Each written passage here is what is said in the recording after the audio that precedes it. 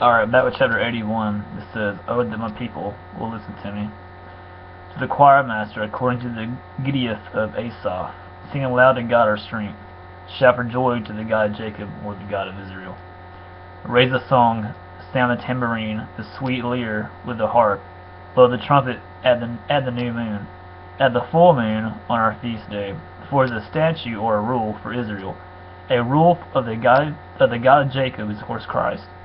He made it a decree in Joseph, which is Israel, when he went out over the land of Egypt.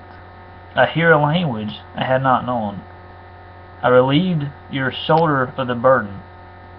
It says, I relieved your shoulder of the burden. Your hands were free from the basket. In distress you called, and I delivered you.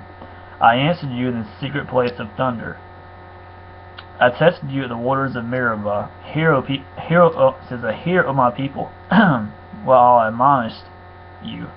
O Israel, if you would listen to me, there should be no strange God among you.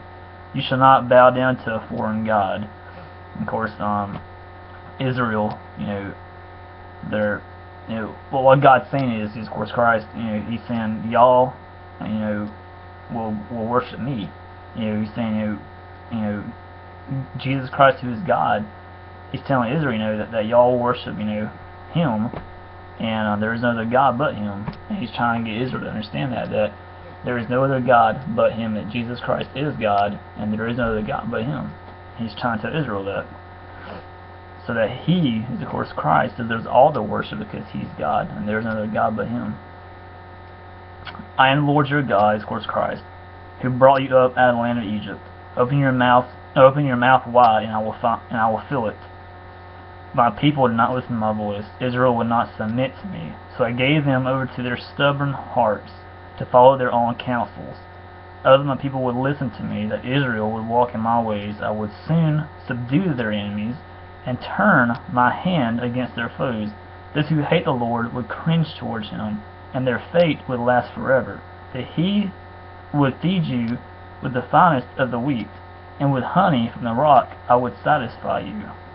So 81's basis, it's just saying, "Oh, that my people would listen to me," and it's just, David's just asking, David's trying to get Israel to listen to God, to listen to what He has to say. He's trying to get Israel to repent of what they're doing and turn back to God and live a godly life. So that's what 81's about, and I'll be that way with 82 here shortly.